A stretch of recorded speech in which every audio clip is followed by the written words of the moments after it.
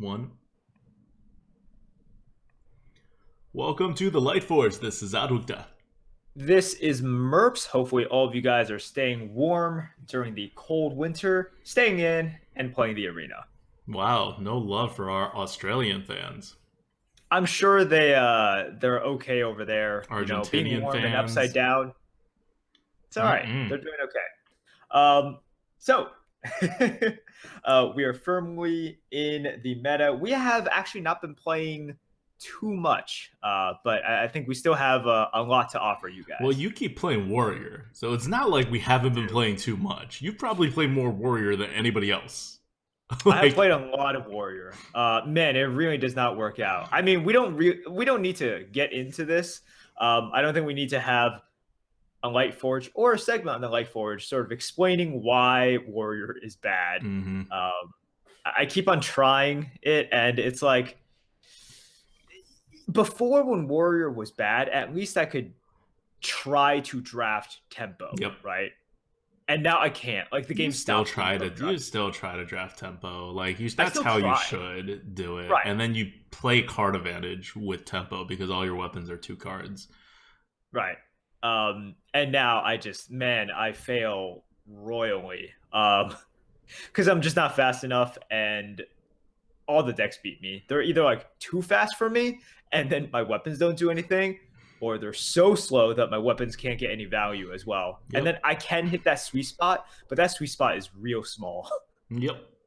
It's also like I think they screwed with Warriors offering odds way too much with the micro adjust that it's hard for me to predict what like my draft is going to look like. Like I feel more unsure in a Warrior draft than in any other draft because most other drafts you're like you pretty much know what you're going to get because they didn't tune it too hard, or like that your top cards are going to be tuned down a lot and that's kind of it, right? Or for the Shaman, like you're going to get a lot of like weapons and spells like removals, but otherwise it's normal. Yep. For Warrior, it's like God. I don't know. Like, am I gonna be offered 3 cleaves every time? Right, 2 executes. Yeah. 4 Arcanine Reapers. Who knows? So I have personally not done so well, but let me tell you about some people who have been playing well. Uh, Last week, the leaderboards for December came out, and wrapping up an entire year of leaderboards. Crazy, because if you guys remember all the way back to the beginning, the first leaderboard was in January of 2017. So this concludes the first year of leaderboards. And, we have definitely some familiar faces on the arena leaderboards. Just a few shout outs. I want to sort of give shout outs to the top 10. Valerian coming in at number 1 in NA with 8.3. And then followed closely. This isn't one of those months where, like Dreads dominates everyone, right? But Venerian, congrats on the number 1 spot, followed by Kokuzi, and then Fleetwood. Taro, as we've mentioned quite a few times, the guy who's done all that research comes in at number 4. And I remember I read a post by Taro sort of grumbling about how one bad run sort of ruined his shot at number 1. It's just kind of the way it happens, right? But congrats to Taro on number 4. Alfaz at number 5. Alexander at number 6. Sexy Envelope at 7. That's a good name. It is very nice. Trong Tai at number 8, Tony Liang at number 9, and Cleanup 141 at number 10. There's also very familiar faces on the leaderboard as well. Hafu, Dreads, etc. You will see them there. So one thing about the leaderboards I noticed is the numbers are really low this month, right? Well, especially when you compare it with EU. And this is when listeners can, make fun of the NA arena, or they can say, "Oh, NA is so much more competitive." More competitive, right? So right. Well, here's what it generally means when your win rates are pretty low: is that your good players are spiking less, which means your variance is higher, so that it evens out within the 30 runs. Like that's how I usually interpret it when win rates are lower. So not necessarily like hard, like better players or anything, but it means variance is up. Like one of the things that happens a lot is Asia win rates are usually the worst, right? even when good players go to Asia, their like win rates are like not exactly as high as they are in NA or EU. And it's not because players in the Asian servers are just like so much better than everyone else. Is they usually do like they prefer like combo decks and really aggro decks, like as compared to other the European and NA servers, which are actually quite similar. So if those are the decks that's going to have like let's say a 15% more prevalence in the meta, then you're going to swing harder. If you're going to swing harder, then your top end is going to go down more and your bottom end is going to go up more. Generally, if you average out over a large enough sample size. And on the flip side, if you have a very small sample size, it'll swing harder, right? Yep. Yeah, definitely.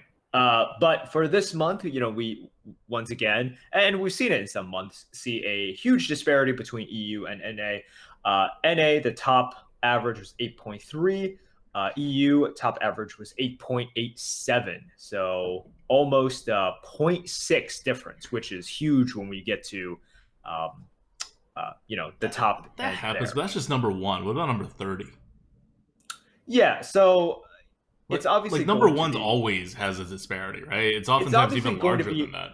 a little closer, but still a good difference. So in NA, the number 30 score is 7.27, Mm-hmm. and in EU, 7.6. Yeah, see, that's the big difference, right? And NA and EU metas are usually pretty similar. So to have a whole, like, what is that, like 0.3 something? Like, difference in win rate, it's it's quite noticeable.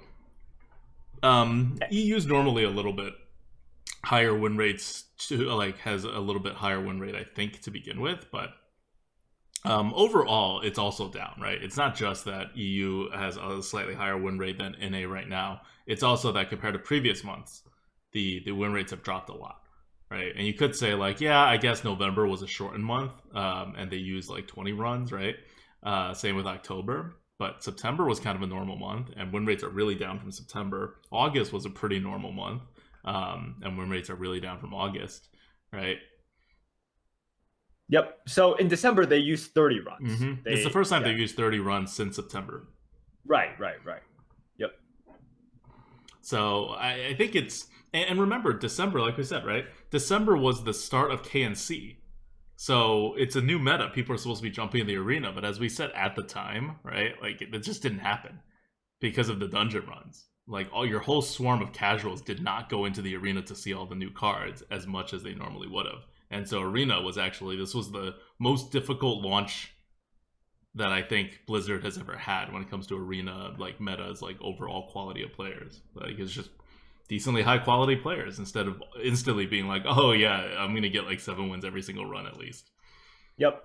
So I think that's a good analysis. Congratulations to those who made the leaderboard. Definitely not an easy feat.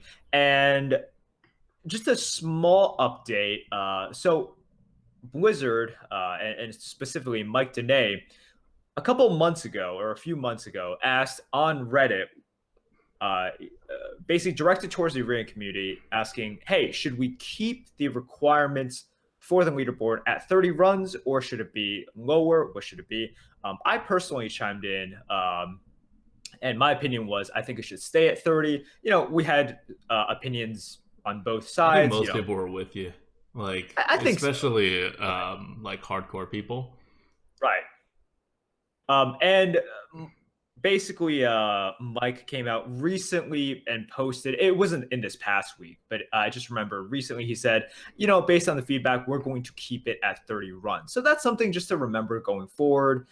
If you guys missed that news, it seems like at least for the foreseeable future, the leaderboards will be the same format: best consecutive 30 runs. So, you can rest assured that your average is going to be pretty, like it sort of insulates against very wild swings, but at the same time, sorry guys, I did keep the barrier up. and also it drops. Like I just so December was these numbers, and you're looking at it, and you may be like, oh, I don't know if I can do that. Well, January is going to be lower. Like whenever January ends and we get the numbers for January, the win rates are going to drop down again. And then February, if they don't have an event, it's going to drop down again. So you could conceivably make like a top 50 on the leaderboards with like a 6 point something by February. Ooh, okay. All right. We'll see how that That's how my that turns prediction. out. Right. And I mean, it could be true. They could also just micro adjust again, and that could not be true. Right? Who knows? Who Yeah, knows? Who knows? I don't think the micro adjust will do too much to like variance though.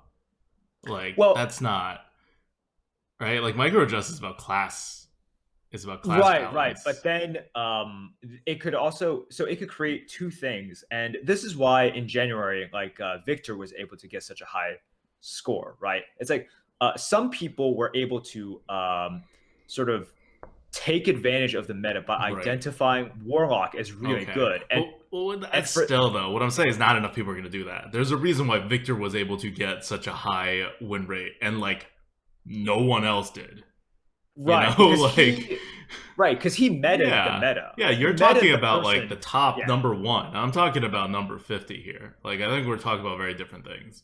Well, no. I was going to follow that up by saying when people, and because most people will identify a really, really dominant class if they have it, and then it can just be the top 100 or top 150 people that rolled Warlock the most. That and, like I understand what you mean, but I do think that the micro adjustments can have a big I don't effect know. That's what the on 30 win right now is just rolling priest, right? Like if you're gonna look at it that way.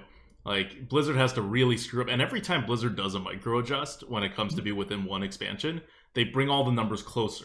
We haven't yet seen a micro adjust in which in which the classes on average move farther apart, because Oh, I agree. that would be like totally against what they're trying to do this in the first place.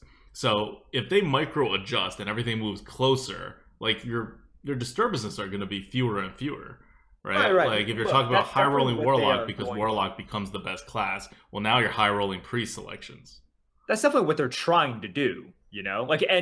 Like if we go down this scenario in which everything happens in the way that we expect slash what they wanted to, obviously like this won't happen, right? I'm just saying Yeah. it is possible for whenever there is a change for Like they them would to have to mess up for the first time in this way, right? yeah After having done yeah it, fine for the last like 6 times right they've done it. because So I right now don't you think that's gonna. can't do the thing that you stated with Priest because right now everything is very close together. Like Priest is number one, but it's not like number Yeah, one by far. yeah. In terms of Yeah, win rates, yeah, no, that's true. right. So you're basically looking for Blizzard to screw up for the first time in micro adjusts when it comes to like raw average player like numbers, right? Okay. Yep. Mm. All right, let's move back into the actual meta that we're here with. This is, we were. By the way, if you haven't listened to the last Lightforge, before this one, go listen to it right now. It's the one with Shady Bunny. It is a great podcast because Shady, as usual, is very much on top of the meta. And when the meta changes so drastically like this, like I think he's very right in just how much the meta has shifted. Like, and it doesn't take a genius for everyone to figure out, oh, it's gone this way, right? And I thought we were going quite sufficiently in that direction, but Shady made it one step further. And the more I play in this meta, the more I'm recognizing the power of that. Even though there's been a little bit of a consolidation back, as people start to take advantage of the super control kind of decks. But at least for priest, right? That is the class, and mage. I would say priest and mage right now are the two classes that are dominating this control playstyle. And I kept trying to bring mage into the discussion last time when because Shady's all for like warlock, priest, shaman, and then mage. But I really think mage is a dominant class in the meta right now because of the control meta. Countered by priest, which is unfortunate, but still, like it has all the tools to face any other class on the same level as priest can. So within this world, right, that you're playing, and because the Lightforge doesn't cover as much, like I feel like we try to cover everything, but because the meta has been more aggressive basically for the last like 2.5 years, we've covered more aggressive strategies. Like we talked about every single drop position, right, as they came out and how important it is. We talk about tempo a lot. Like if you go back and you look at the last 100 Lightforges, like it's tempo, like card advantage here and there. But the last podcast with Shady really focused a lot on card advantage and how to like really get that card advantage and how to not be swayed by losing a bit of tempo when it doesn't matter. So because that's such a different way as how most of the time we've been playing this game before KNC, and because it's a kind of a stark transition, right? Normally you only end up, because of the quality of the cards, you only end up with a control deck if you already have a really good deck. But these days you can and should end up with a control deck quite frequently that is not amazing compared to other decks, right? You have like a lot of mediocre control decks hanging around, and they're not going 12. No way. 0% chance they're going 12. But they could still do better or worse based on how you play them, and all of these considerations that for a normal mid-range deck were not terribly important now become like super important, right? Now we'll define whether you get 7 wins with that deck or 5 wins. And so today I want to focus on one of the most important things when you're playing like a mediocre control deck. And if you're like, oh, I'm never going to play a mediocre control deck, you don't get to decide that. Like, you go down a control path and then your cards end up being mediocre, you know? Like, this is not, you don't get to, you're going to play some mediocre decks, and you can't say, oh, if it's mediocre, I'm just going to play mid-range, which is great, except when you get to mediocre decks, you're going to try to shift to mid-range and you just may not make it. You may just end up still with a bunch of control cards. So we're categorizing this whole thing as life management in today's deep fried meta. So Merps, do you want to start off talking about what we mean by life management and why it is very, very important in any kind of slower or more control-based deck? Sure. All right. So first of all, just as a point of clarification, when we talk about life management, we're talking about health point management and Hearthstone. You are not going to get good life advice in general from two guys doing a podcast about a children's card game. All right. It's not about social life management because we're so busy and we have so many parties that we need to attend to that we need to, like, you know, figure out the logistics of how to show up to 8 parties in one night while streaming.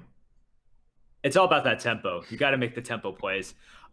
Anyways, so why is this important now? Because if you have played Hearthstone from the very beginning, or just Hearthstone before the latest expansion, I think you guys would understand that you never want to overvalue HP. Mm-hmm. And in fact, you know, you've heard the old sort of saying, health is a resource, right? Health is a resource until, you know, you can't use it anymore, right? Like until it just loses you the game. Because essentially, like, what does health do if you don't have the board anymore, right?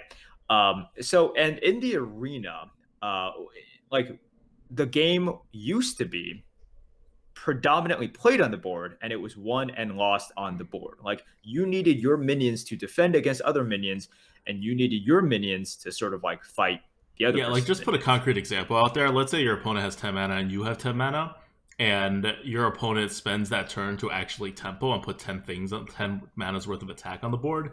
And, you know, you've lost the tempo game, so you don't have that. You're going to lose 10 health per turn. So that means to buy each extra turn, you need 10 extra health. 10 extra health to actually, like, gain is quite significant, right? That's like 2 Arcanite Reaper hits. And Arcanite Reaper is one of the more like, oh my god, I'm killing myself with this card kind of cards. So that's just 1 turn. So in the late game, you buy yourself 1 turn after you've lost the board by not having played an Arcanite Reaper. The discrepancy is huge to how much health actually matters when you lose the board, and how much, like, just getting the board will help you deal with health. And to top all of that off, if you, like, don't have health issues, like if you do have the board, like a good player usually does, you don't have health issues at all. Any card that, like, explicitly heals, for example, is totally worthless. Also, if you guys get checked yearly for physicals, you will have less health issues as well. Just another pro tip that you learned on the Lightforge podcast. This is called deep fried meta. This is not about health. This is about life. Right, that is true. We do call this deep fried, which is something you might want to avoid if we're talking about life management and health management as well. So let's address sort of why this is important now, right? now that we've established the fact that priests are everywhere, warlocks are everywhere, you should be playing shamans. Advocate brings up mages. These are control classes in which you are trying to draft a good control deck. Sometimes you succeed and get a great one. Sometimes you get a mediocre one. But the playstyle is very similar. And typically when people think I'm going to use health as a resource, they think of what? Like mages, or sorry, not mages, like paladins. They think of rogues. They think of warriors. They think of classes in which you equip a weapon, smash your face into the opponent, Or and like say, warlock. "Oh, right." And say, "Oh man, like I have used some health, but I have gained tempo. I've gained card advantage." In the warlock's case, I've gained something through this, and it is totally and it's totally possible for other classes to use your health as a quote resource in other ways. And we see it so often now in which, if you're a priest, you are using your life as a resource to stall a little bit for an AoE. You're using it to, punt a turn here or there to draw some cards. And because you're using that more often, you need to learn how to manage it better. Yeah, so let's break down the using the health as a resource part. Like the way you were talking about before is direct usage of health. Like I subtract X health from me in order to gain Y, right? I use a weapon on something, I lose 3 health. Instead, I get this extra tempo because the weapon is over tempoed otherwise, right? If it's a warlock, right? Like I hurt myself for 2 health in order to draw a card and gain that resource. It's very direct.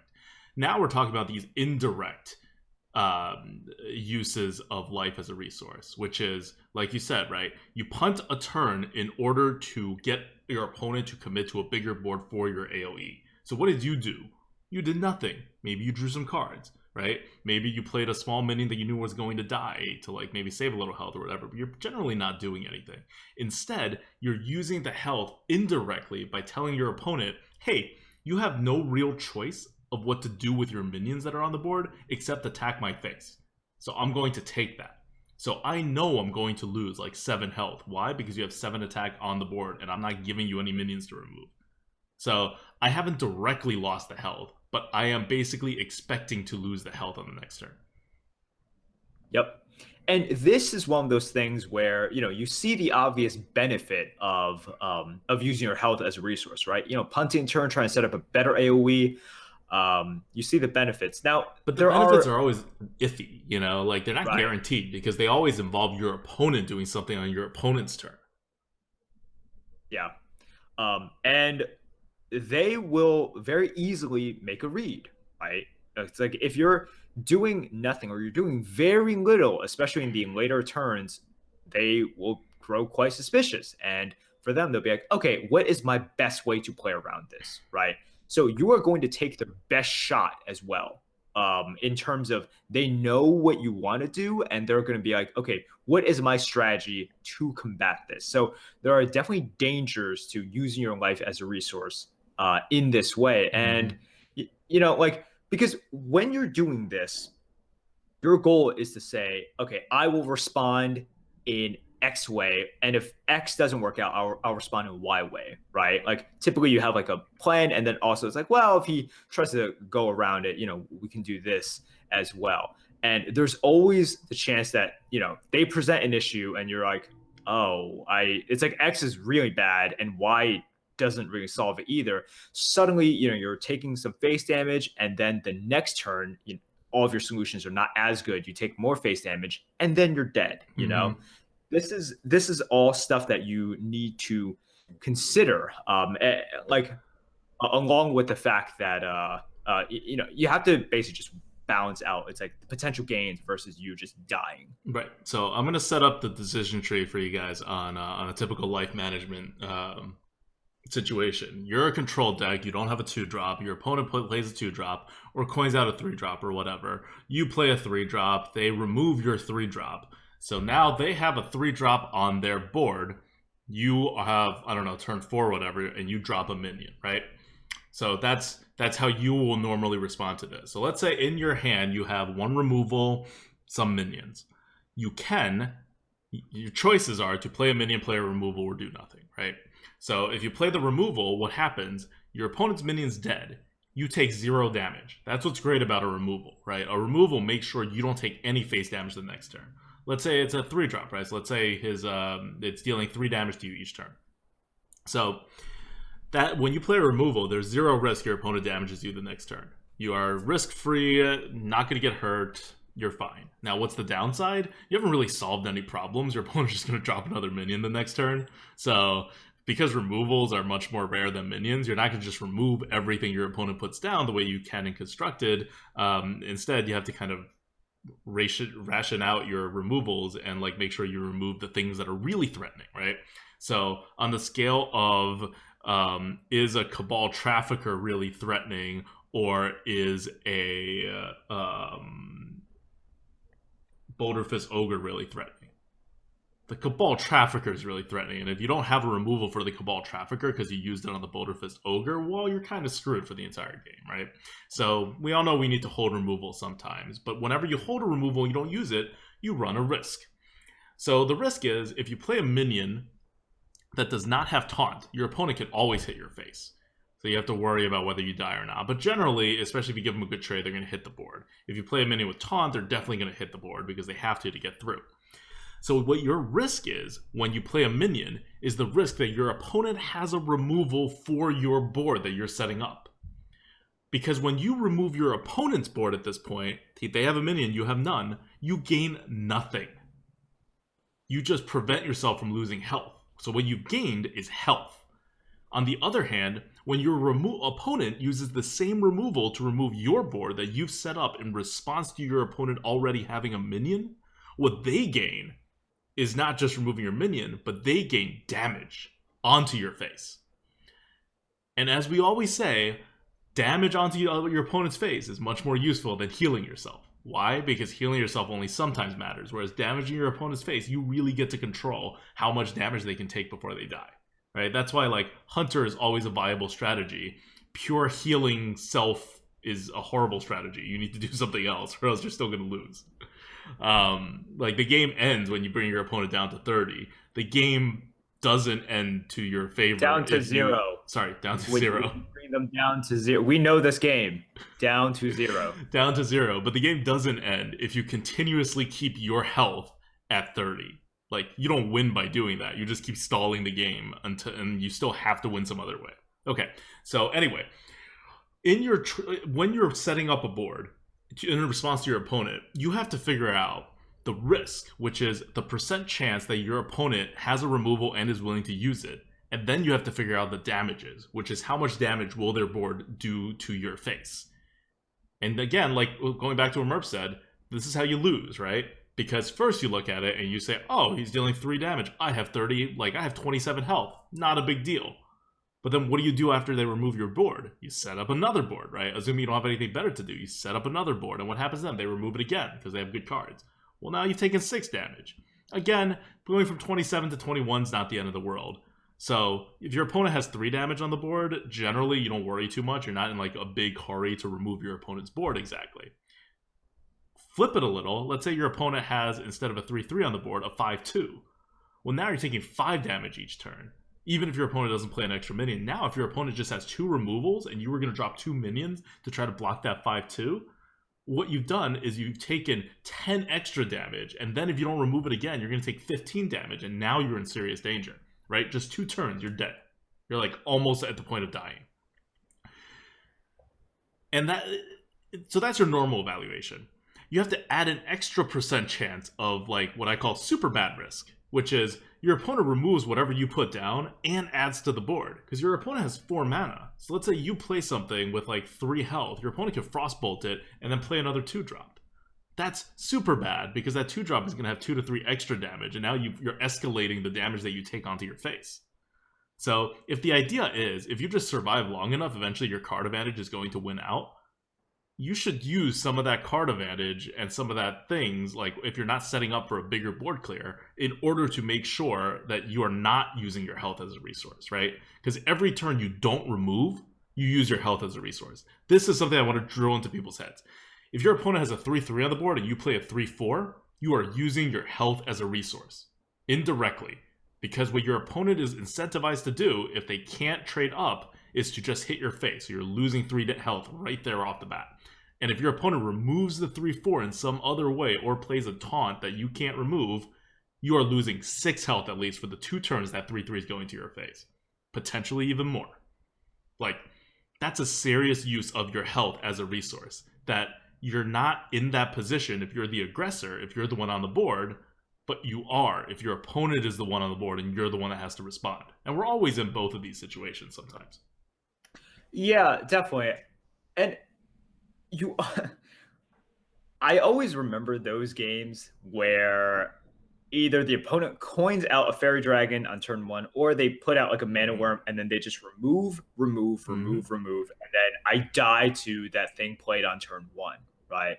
And this has happened before, and it's like one of the very polar examples where you see it sort of working out the best. Like when we say, like with the removals, every time you play a removal versus you play a minion, you need to think like, okay, well, what am I afraid of? And what's the chances that they have this, right? It's like, all right, well, they've played 2 removals already. What are the chances they actually remove me on turn 4? What are the chances they remove me on turn 5? And sometimes, you just take all of these together and say on turn 3, turn 4, turn 5, it's like the chances are real. You'd have to have like all of this together, and then they do. And sometimes it's wrong, but like this is sort of the life management that you have to go through. You're like, wow, okay, like there is a chance that this fairy dragon will just farm me like 3 damage every single turn, and maybe every single turn you had a chance to remove it, right? Like whether, all right, fairy dragon might be a bad example, because you can't target. Let's say you could target it with something, and then you just don't do it for off turns, and that damage ends up being the one that kills you, right? Like this has happened before. And it's very frustrating, but the way to prevent it is to remove it. So you have to figure out your own sensitivity to taking damage, right? Like, right. Imagine you have cards in your hand like Shadow Madness or like Psychic Scream, right? Where you need to use health as a resource eventually, right? Like, you're not going to play Psychic Scream without having used health as a resource for at least 1 turn. It's not good otherwise, because at most your opponent's just like putting stuff out and you're removing. So if you know you're going to take a round of damage to your face in order to use Psychic Scream, even if your opponent's playing into it perfectly, and a round of damage is something like 7 or 10 damage, you got to build that in. You have to build that into your math. So normally if you're like, oh, I'm at 15, I'm fine. Well, no, you just made your Psychic Scream a dead card. You're not fine. You have done very, very poorly. Right? I mean, Psychic Scream's a priest, which is a little different. It means if enough turns pass, you can heal yourself back up if you don't get damaged. But, like, it takes a while. So again, like, your actual health pool should take into effect all of your anticipated life as a resource cards, which includes, for the most part, like double-sided board clears, includes obviously like direct self-harm cards. It also includes healing cards, because if you have like 4 heals in your deck, you should build that in. You're going to draw 1 or 2 of them at some point. Like your hero power, if you're going to like think you're going to heal face once or twice, you can build that in as well. But you need a number. And it's sad sometimes, right? When your opponent's like 3-drop just absolutely destroy you. I remember this game that we had on Friday where we were like deciding whether or not to kill the opponent's 3-drop with our only removal or to like play minions. And the argument really is like, well, if he has like 3 removals in a row for our minions because we have nothing else, then we lose because he would have gotten enough face damage on us and we can't play our actual cards that would actually help us survive. On the other hand, if we remove this card, right, we may have saved our damage, but then he plays another card and he's going to like have the same exact equation unless we draw something. So we need to draw something at some point that he can't remove efficiently. Yeah. And this isn't anything new, I would say, in terms of, we've had discussions about just risk management, right? And I think, like basically everything you do in Hearthstone falls under risk management. But everything you do in life falls into risk management. Oh, so this is life management talk. I know. But I think it's really important because the HP of your character matters more so than ever before. And not only that, you have an active decision, or Hmm. you more often have an active decision to make in terms of, do I sacrifice health or not? Or Yeah. do I potentially sacrifice Because, health or not? like, if you're thinking about why we're talking about this now, is it just like, oh, it's a control meta? Well, think about why it's a control meta. It's a control meta because they fixed the offering rate to what they had originally intended, which meant spells all went up by like 25, 33% compared to where they were in KFT. Like, that's big, and that's where all your removals come from, right? And it shifted everything, and now more people are drafting control decks, which is why now we got to talk about it, because now there are more like half busted control decks. If you have a legit control deck, you don't worry about life management because you're just removing your opponent's stuff for the most part, right? Like, life management is easy with a legit control deck, but it's arena. When you have like a half-assed control deck, not because you screwed up, but because Blizzard didn't give you the cards for it, like, you're very screwed. You need to like very delicately balance this life management thing, because you need to conserve your removals while at the same time getting the most out of them, so that at the end game you can actually, one, be alive, and two, stabilize the board, and then three, eventually win over like 3 turns or whatever. Yep. So that's pretty important, and you can also use this on the flip side as well, right? So when we're talking about life management, this is something that your opponents will do quite often. And I see a lot of priests sort of thinking about it. It's like, all right, how much more can I punt a turn? How much Mm-hmm. more can I set this thing up? So how can you use this to your advantage, right? Because they are planning things in their hand. And with this life management on either player's end gives reads to the other side as well, right? So, if you are setting something up, and I would say, as soon as you have presented an issue that they sort of answer in a suboptimal way, or if you just think about a lot of answers, because classes don't have infinite ways to respond, or if they have a 3 card combo that you got beat by that you didn't think of, you got beat by it. Don't second think that, like, don't second guess yourself there. But you can also make reads and just say, okay, like, they were trying to do something, they are having a tough time now in this scenario. Let's push the same exact scenario a little bit more, because they messed up their life management, right? They messed up a decision or two.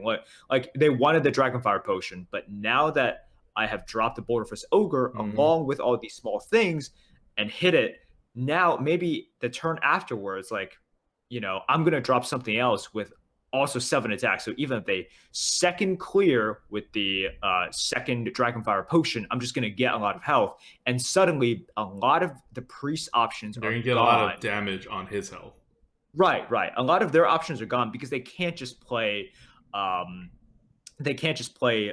It's like Violent Worm, right? Mm-hmm. Like, Yep. Violent Worm doesn't do much when the person is presenting, minions on the board and the priest is at like 8 health. Mm-hmm. So this is also something that you want to do by naturally sort of going through this process when you're playing control and feeling out your own comfort levels and sort of times in which you get stuck, and then you just get face down, right? Like, you made a wrong calculation, and then they just killed you by taking away all your life points. You will get a sense for other priests as well who are trying to do the same thing, because it is the way to win in today's meta. You have to take some risks. You have to be greedy, right? Like Shady Mm-hmm. says. So by doing it yourself, you will get a very good feel for when the other person You have messes to up be this greedy, management. like Shady says. Why attribute that to Shady? We Well, all no, no, say no. that. Well, no, no, no. I mean, you do have to play very greedy. He definitely used the word greedy I've used the specifically, so word I'm gonna. greedy.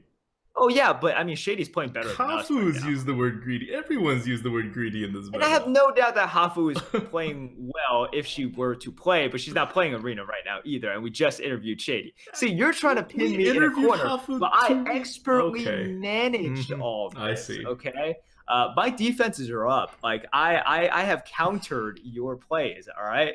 I'm just gonna psychic scream you and shuffle all your arguments back into that Into head my of deck. yours. Okay, I'll regurgitate them in a bit. I'm sure you will. I'm sure you will.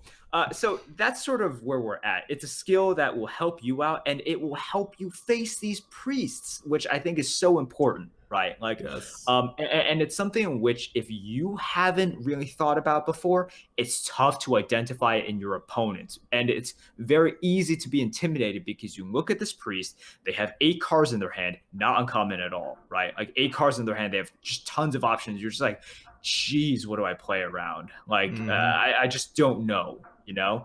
So this is something that will make everything a lot more clear. I'm not saying it's, priest games are going to be easy peasy from now on, but They're fine. They're yeah, because there's a yeah, lot of busted priests right now that are getting really high win rates. And I say busted, I don't mean like they're unworkable, but I mean they're not insane. I have faced so many priests now at like 7, 8 wins that are like not at all insane. You don't be too scared, around them and play around absolutely everything. So against a priest, I guess class talk priest, we're about to play priest, but let's talk a little bit about how to play against priest again. Building on last week with Shady, the there's a catastrophic point, right, where I drop this into the potion of madness, I lose the entire game, right? Like, don't do that. But your priest is your opponent. If they're a priest, they're going to counter some of the things you do in the course of the game, right? Because they have so many counters. That's going to happen. So when you win, is you need to get all the value out of the turns in which they're not directly countering you. Because a priest off the board not directly countering you with something is crap. Like, they can't do anything. Like, you want to keep putting them in the position where their only option is to counter you. And then they're going to miss more often than they're going to hit. Because they always miss more often than they're going to hit. They're just trying to stall so that they have more opportunities to hit.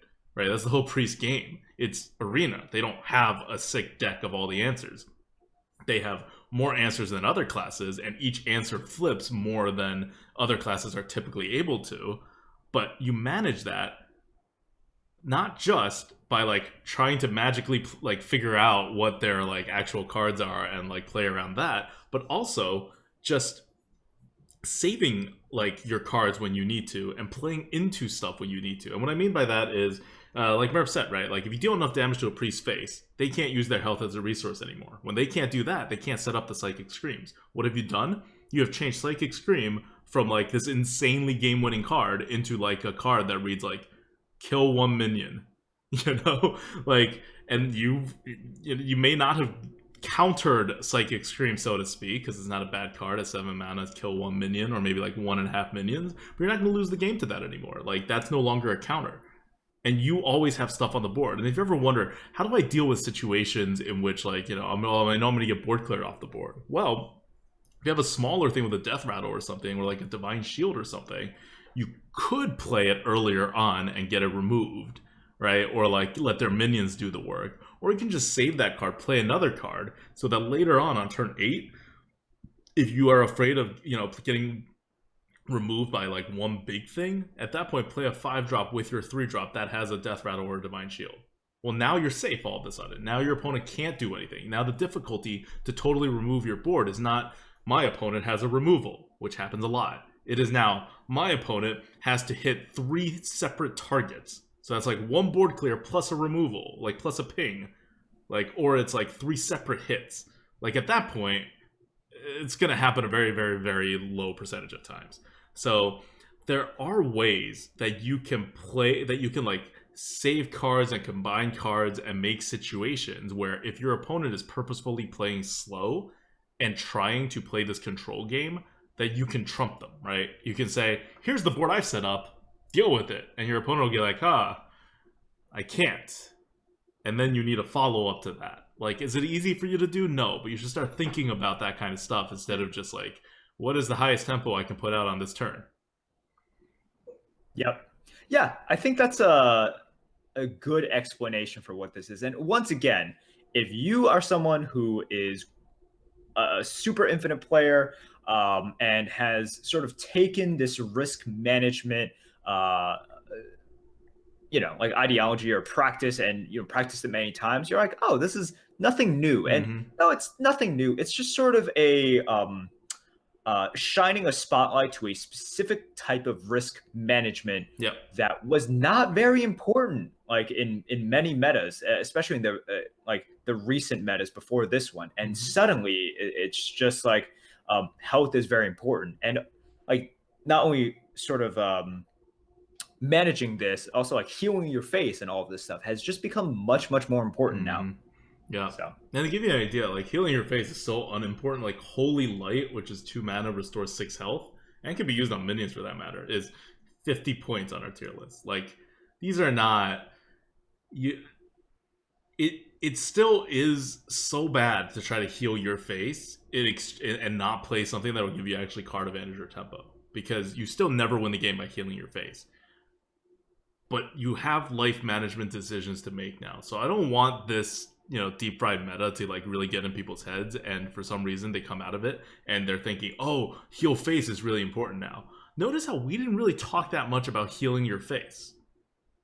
Healing your face, all that does is give you a larger pool to manage.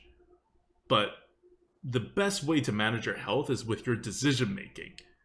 Like, it's one of those few places where your decision making can have an outsized impact as compared to like what the cards actually say.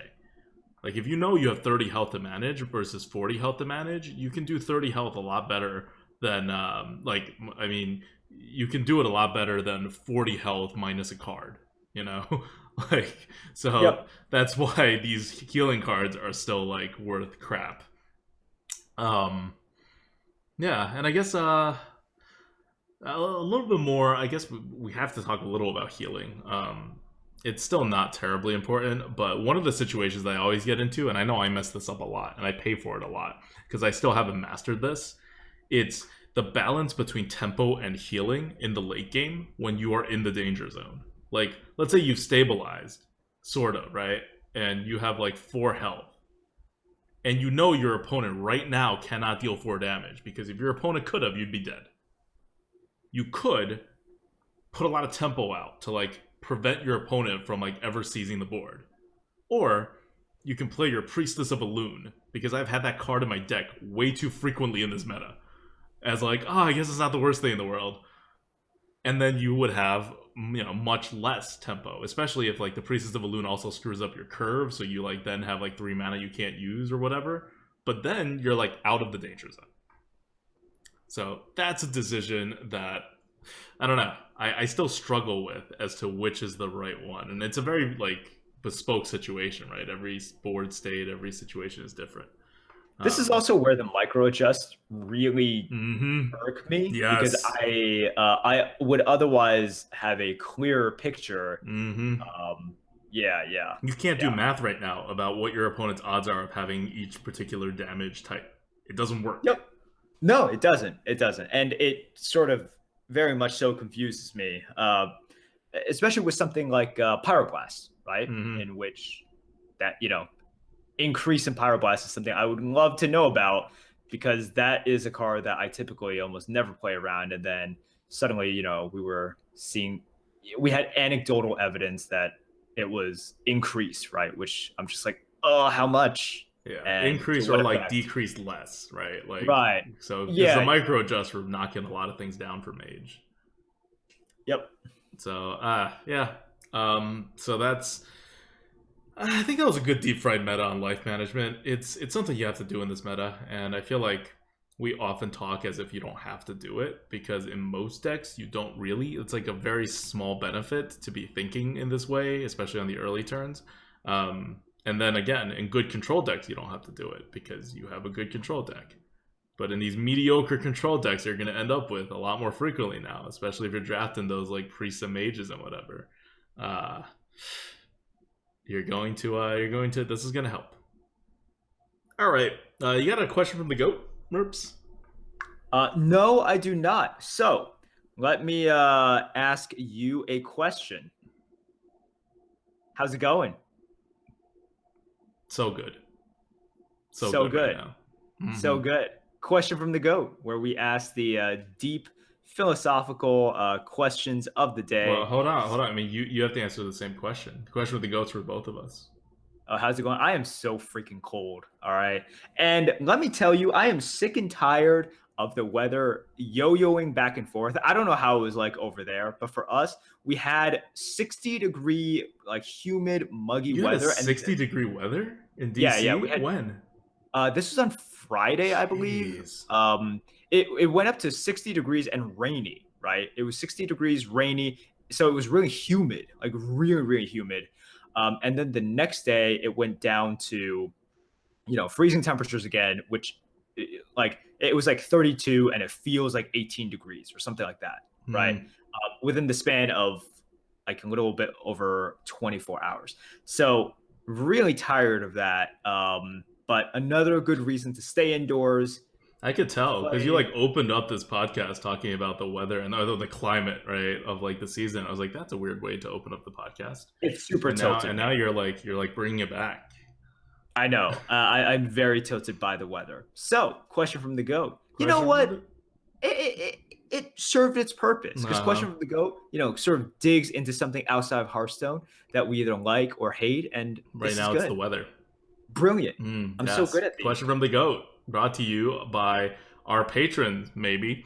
Patreon.com/grinning goat. Thank you guys so much for your endless support.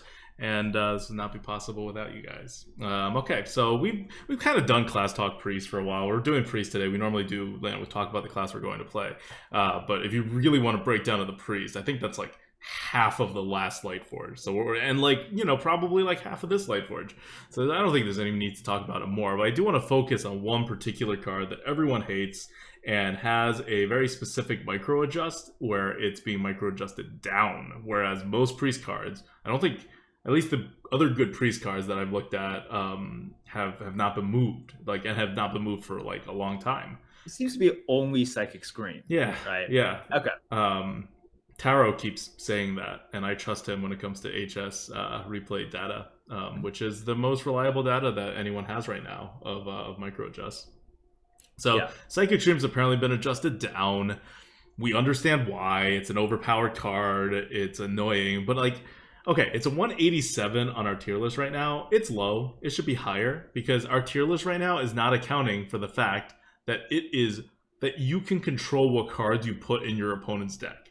It's like right now just pretending that you're just like removing what you normally remove as if it didn't have this ability, right? And then it's putting Right. those cards in your opponent's deck. So it is putting stuff in your opponent's deck, but it is not like putting the right cards in your opponent's deck right now in the algorithm. So it should be like a few points higher than this at least. But here's how Blizzard thinks about these things. Like, remember Entomb, which is a wild card? It's an assassinate on a stick, right? With 1 extra mana, and you get to take that minion and put it in your deck.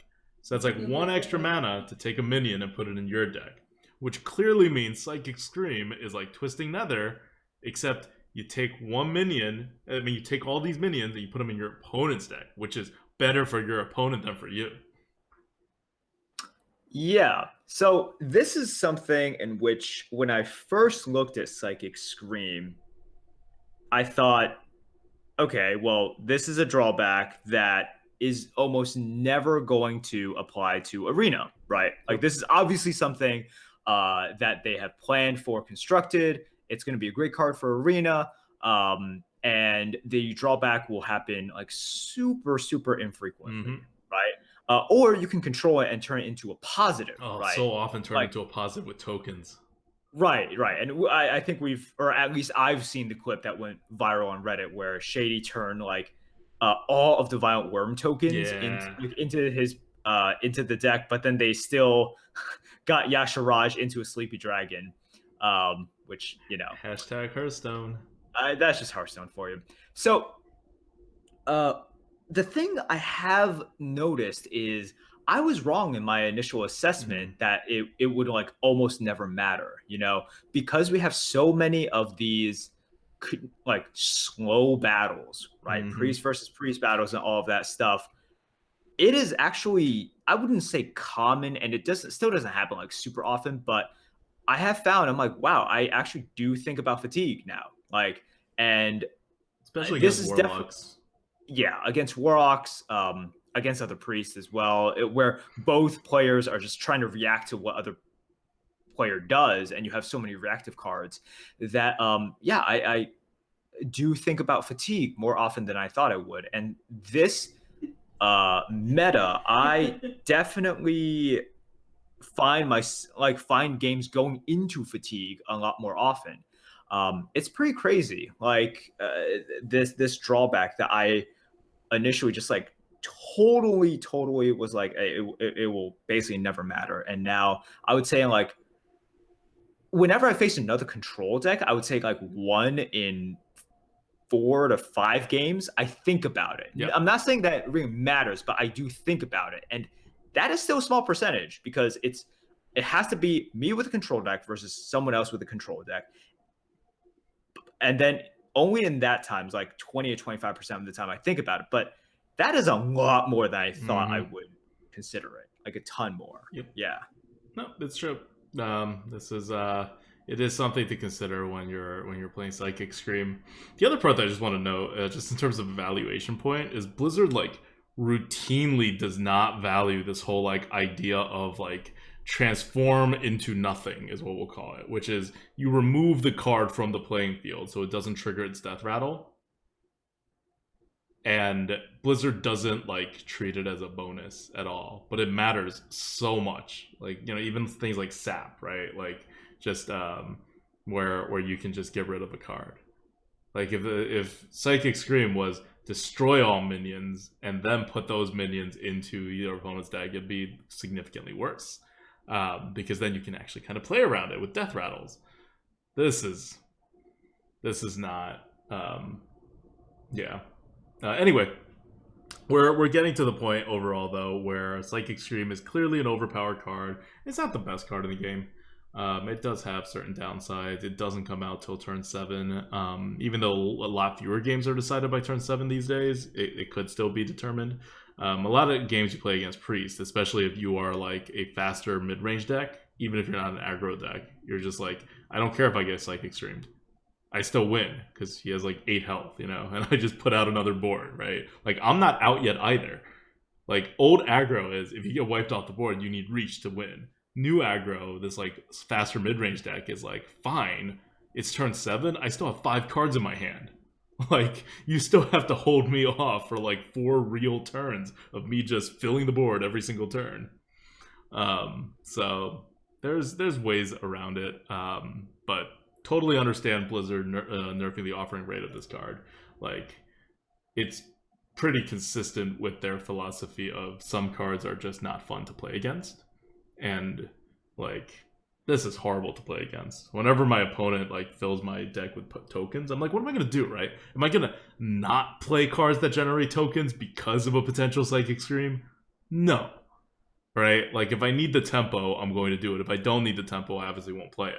But then you get Psychic Screamed, and it's not just that you've had your whole entire board removed for 7 mana, you also are going to lose the long game too, because now you have 4 tokens in your deck. Yep. So, look, great card, super premium card, interesting design. Mm-hmm. I think it's a card in which, you know, I wrote off sort of the side effect very early on, and it's a real side effect.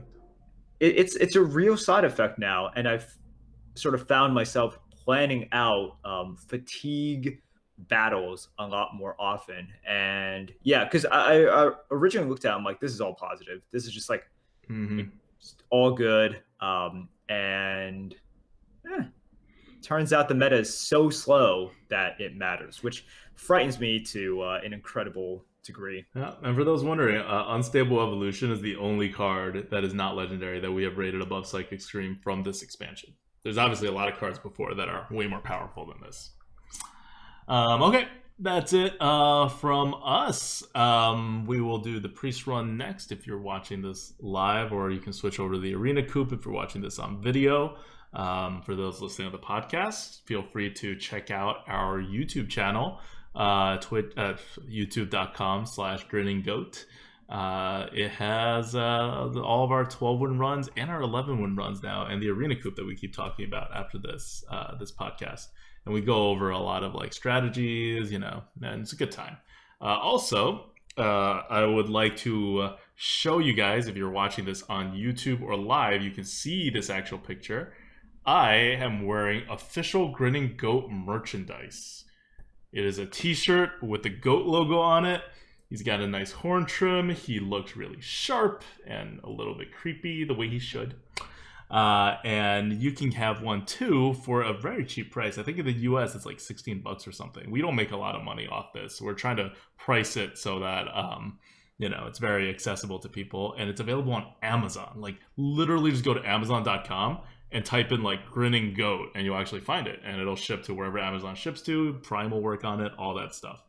And we also have affiliate link, so that Amazon will feed us, will feed the goat as well if you shop at Amazon, normally, or on our recommendation for our product, for example. And that link will be below the YouTube channel. Obviously, not going to say it out loud, even if you're on the podcast. You can also find it on our Twitch channel at the very bottom of the page. There will be a link to Amazon. And it is also another way to support us. I know a lot of people like to, be on Twitch, watch ads, and give us some bits and whatever. And this is another very normal way of doing it without necessarily taking extra money out of your pockets. So thank you guys so much for your support. And until next week, this is Abukta. This is Merps. Good luck in the arena, guys. All right.